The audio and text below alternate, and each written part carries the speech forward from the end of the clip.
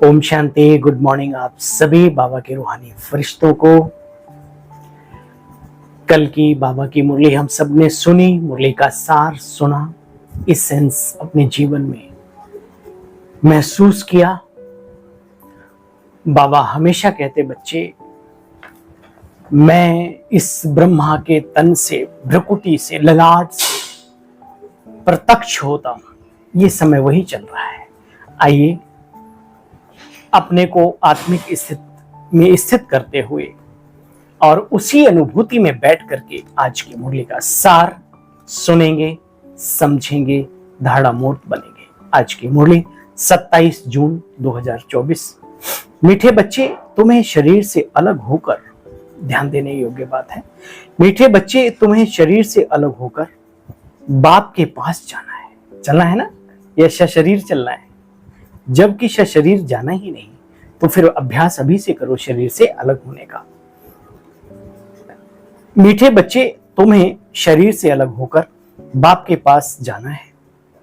तुम शरीर को साथ नहीं ले जाएंगे, इसलिए शरीर को भूल अपने को आत्मा देखो, महसूस करो। दूसरे को भी अपने आप आत्मा देखने लगोगे जब खुद आत्मिक स्थिति में रहेंगे तब। आज की मुरली का प्रश्न है, तुम बच्चे अपनी आयु को योग बल से बढ़ाने का पुरुषार्थ क्यों करते हो?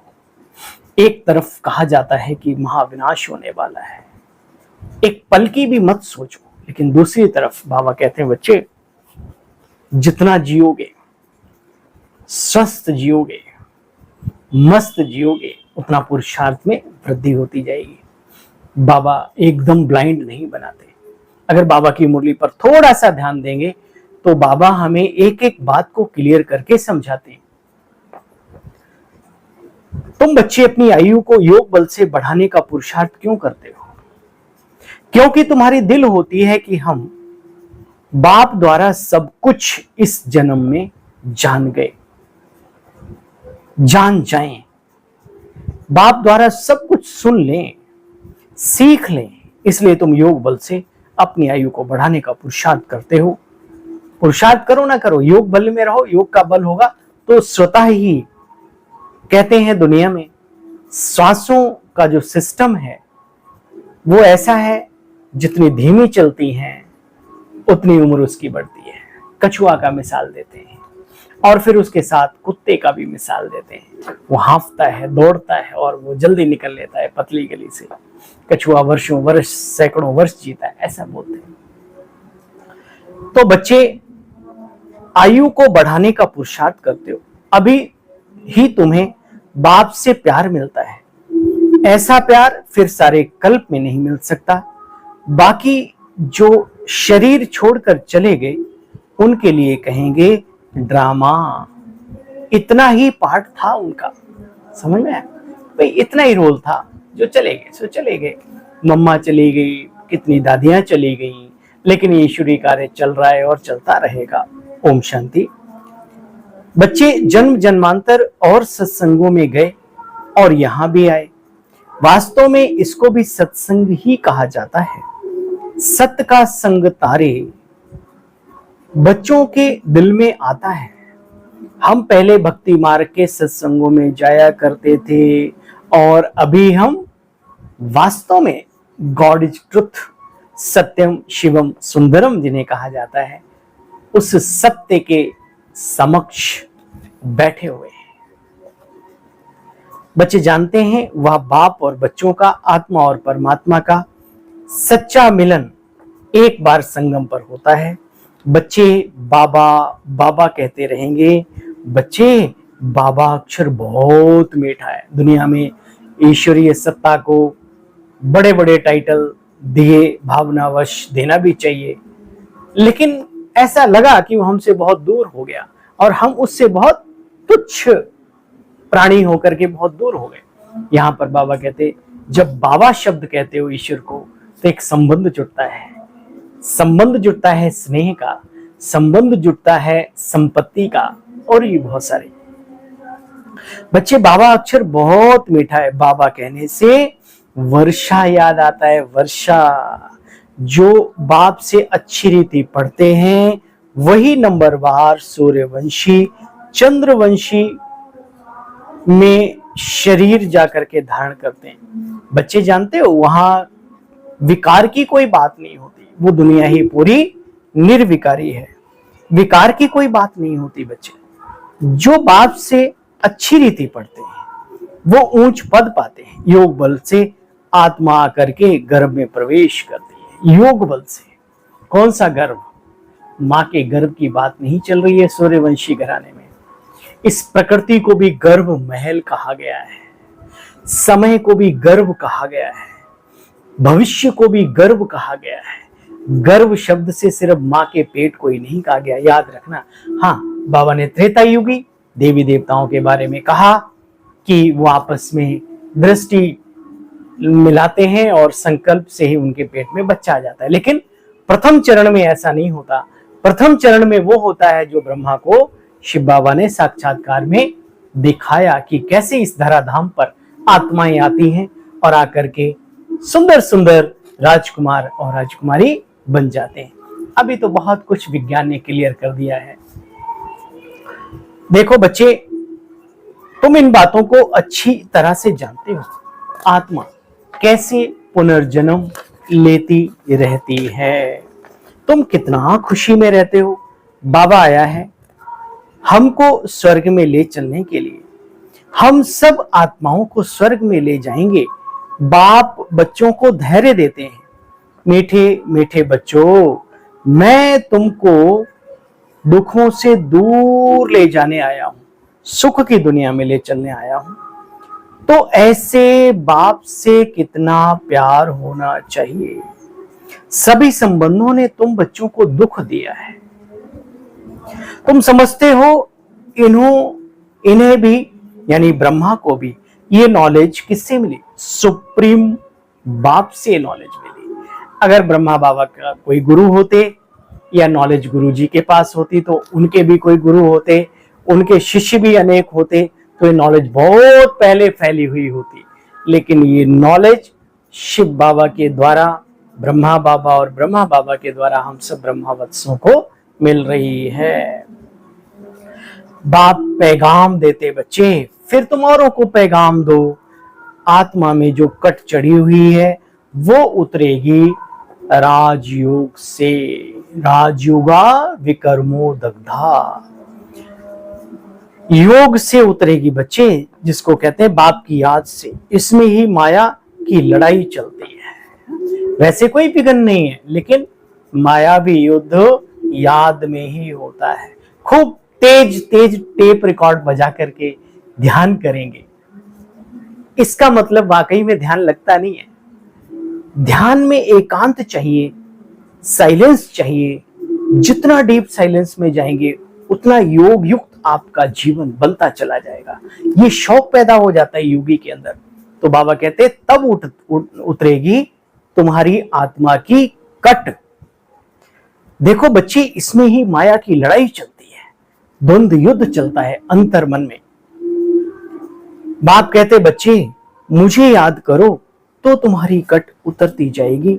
हाँ बच्चे, इसमें है मेहनत। अब ये कोई इतना सहज काम भी नहीं है। अगर इतना सहज हो तो सारे ही प्रवीण हो जाए ना, इसमें एकदम से नंबर 1 बन जाए। बच्चे इसमें मेहनत है, सीखना होता है। शरीर की भी कशिश ना हो, दूसरे की बात नहीं चल रही, अपने शरीर की भी कशिश ना हो। ये अपना तन भी अपने मन को अपनी तरफ खींचे नहीं, बुद्धि को खींचे नहीं। बच्चे मुख्य है ये आंखें, ये मनुष्य को बहुत धोखा देती है। ये नजरें जो हैं उस पर टिका दो तो नजारा ही जिंदगी का बदल जाएगा। लेकिन जब तक उस पे नहीं टिकी तब तक वो नजरें धोखे बाज हैं। इसलिए बच्चे शरीर को ना देखो। दैवी गुण भी धारण करने हैं बच्चे, भोजन भी शुद्ध लेना है। देवता बनना है तो सर्व गुण संपन्न बनना है। भोजन भी शुद्ध लेना है। देवताओं का भोजन कितना पवित्र है। आज भी मंदिरों में देवी और देवता, श्री राधे, श्री कृष्ण, हनुमान, लक्ष्मी नारायण जी जो भी हैं, उनको क्या लगाते हैं? लहसुन प्याज लगाते हैं क्या भोग में? कभी और कुछ लगाते हैं? नहीं ना। हाँ, वो आजकल भूत पूजा चल गई है, उनको भी देवी देवता कहते हैं, वो एक अलग खेल है। आज भी लड्डू है, मिश्री है, माखन है, सुगंधित पुष्प हैं। तो बाबा कहते हैं वैष्णव अक्षर विष्णु से निकला है, देवता कभी गंदी चीज थोड़ी खाते हैं बच्चे। बाबा कहा करते थे कि बच्चे चेक करो कोई बीड़ी पूड़ी तो नहीं पीता, देवता कभी बीड़ी पीते क्या? ऐसे से बाबा कितना सुधार लाते। बाप कहते बच्चे अच्छा मामे कम याद करो तो तुम्हारे पाप कट जाएं। शुरू में कितना साक्षात्कार करते थे, बच्चियां बैठे बैठे ध्यान में चली जाती थी। तुमने बहुत कुछ देखा है बच्चे, तुम कहेंगे जो हमने देखा सो अब आने वालों ने नहीं देखा। पिछाड़ी में भी बाबा बहुत साक्षात्कार कराएंगे। क्यों? क्योंकि नजदीक होते जाएंगे ना, नजारे नजर आते जाएंगे। अच्छा, मीठे मीठे स्किले बच्चों प्रति माता पिता बाप दादा का याद प्यार और गुड मॉर्निंग। रूहानी बाप की रूहानी बच्चों को नमस्ते। हम सब रूहानी बच्चों की रूहानी बाप दादा आपको भी नमस्ते नमस्ते नमस्ते, double good morning. Om Shanti. आइए सुनते हैं पूरी मुरली का जो तंत्र, जो निचोड़ हम सबके बीच में आता है। बाप का संदेश सुनाकर सबके दुख दूर करने, जैसे अपने हुए वैसे अपने बहन भाइयों के भी दुख दूर करने हैं। सभी को सुख का रास्ता बताना है। हदों से निकल बच्चे बेहद में जाना है। दूसरा है अंत के सब साक्षात्कार करने के लिए दिल है, इच्छा है ना कि हमें, चलो आदि में हम थे नहीं, अंत में तो साक्षात्कार हो। अंत के सब साक्षात्कार करने के लिए तथा बाप के प्यार की पालना लेने के लिए ज्ञान योग में मजबूत बनना है। ज्ञान और ध्यान में मजबूत बनना है। दूसरों का चिंतन ना कर योग बल से अपनी आयु को बढ़ाना है। ये बहुत बड़ी बात। मतलबी हो जा कभी, कभी नहीं अभी संगम पर, इन मामलों में है ना। बाकी चीजों में पहले आप, लेकिन पुरुषार्थ में पहले मैं। आज की मुरली का वरदान है अलबेलेपन व अटेंशन के अभिमान को छोड़। बहुत बारीक है आज की मुरली का वरदान। अलबेलेपन व अटेंशन के अभिमान को छोड़ बाप की मदद के पात्र बनने वाले सहज पुरुषार्थी आत्मा भव।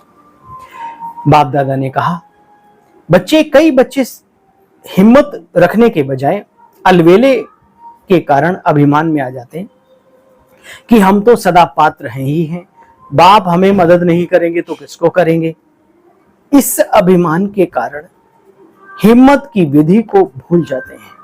कईयों में फिर स्वयं पर अटेंशन देने का भी इतना अभिमान रहता है जो मदद से वंचित कर देता है। बहुत ज्यादा ही 2:30 बजे उठेंगे और पूरा एकदम से दुनिया इधर उधर हो जाए, लेकिन टस से मस अब बैठ जाएंगे एकदम।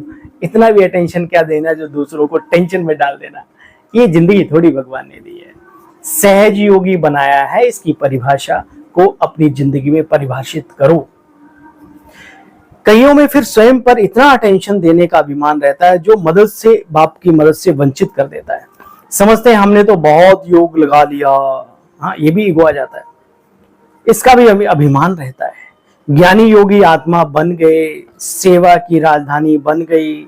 इस प्रकार के अभिमान को छोड़ बच्चे हिम्मत के आधार पर मदद प्राप्त करने के पात्र बनो तो सहज पुरुषार्थी बन जाएंगे। आज की मुरली का स्लोगन है जो वेस्ट और नेगेटिव संकल्प चलते हैं, व्यर्थ और गंदे, जो वेस्ट और नेगेटिव संकल्प चलते हैं उन्हें परिवर्तन कर स्वकल्याण के कार्य में लगाओ। बेस्ट सोचो, पॉजिटिव सोचो, पावरफुल सोचो। चलिए आप सभी को इस भाई की पुनः ओम शांति। हंसते रहें, मुस्कुराते रहें और प्रभु प्यार दिल में अपने तो जगह ही है, दूसरों के दिल में भी जगाते रहें। इन्हीं शुभ आशाओं के साथ आप सबसे विदा चाहता हूं। कल पुनः मिलते हैं बाबा की मुरली का सार लेकर चंद मिनटों में। ओम शांति।